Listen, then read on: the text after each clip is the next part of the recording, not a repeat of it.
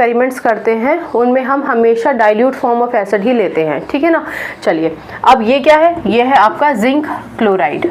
Zinc chloride, chlorine जब metal के साथ जुड़ जाता है तो हम उसको फिर क्लोराइड बोलते हैं, मेटल को उसके नाम से और क्लोरीन को क्लोराइड के नाम से पुकारेंगे।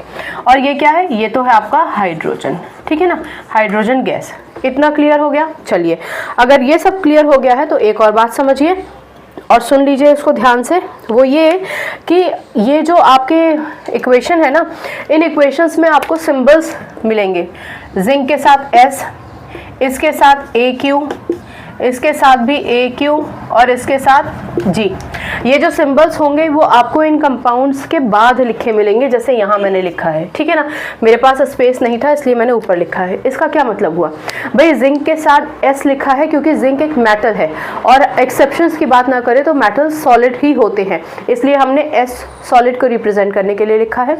हमने अभी अभी डिस्कस किया कि केमिस्ट्री लैब में हम जो एक्सपेरिमेंट्स करते हैं उसमें हम कॉन्सेंट्रेटेड एसिड नहीं लेते हैं, उसको डाइल्यूट बनाते हैं। कॉन्सेंट्रेटेड को डाइल्यूट बनाने के लिए, डाइल्यूट का मतलब क्या है कि पानी जोड़ना पड़ेगा, पानी मिलाना पड़ेगा। तो जब आप पानी मिलाते हैं किसी को डाइल्यूट करने के लिए, इसलिए आप AQ का इस्तेमाल करते हैं। AQ का मतलब एक्वस, एक्वस मतलब पानी में मिलाने की वजह से ये डाइल्यूट हुआ है, ठीक है ना। और अगर आप एक्वागार्ड देखा है ना, आपने एक्वागार्ड सुना होगा, एक्वेरियम सुना होगा, इन सब में क्या है, पानी ही तो है। तो एक्वस, AQ मतलब एक्वस, शॉर्ट फॉर्म में हम AQ लिख देते हैं। अच्छा, अब डाइल्यूट हाइड्रोक्लोरिक एसिड एक्वस था, यानी हमने उसको डाइल्यूट करने के लिए उसमें पानी मिलाया। अब जब आप इसमें जिंक भी मिलाएंगे तो एक जिंक क्लोराइड जो बनेगा वो भी एक्वस ही बनेगा, क्योंकि स्वतः ही है कि भाई पानी था तो एक्वस ही बनेगा जिंक क्लोराइड भी।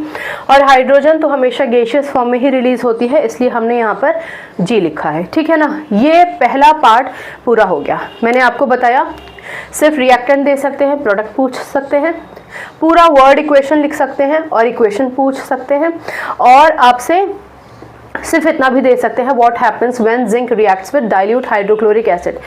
तीनों ही स्थितियों में आपको आंसर ये लिखकर देना होगा। अगर पूछते हैं व्हाट विल हैपन अगर zinc reacts with hydrochloric acid, तो आप ये तो लिखेंगे ही, साथ में थ्योरी भी लिखेंगे कि when zinc reacts with hydrochloric acid, dilute hydrochloric acid, zinc chloride is formed with and hydrogen is released. ठीक, इतना समझ में आ गया।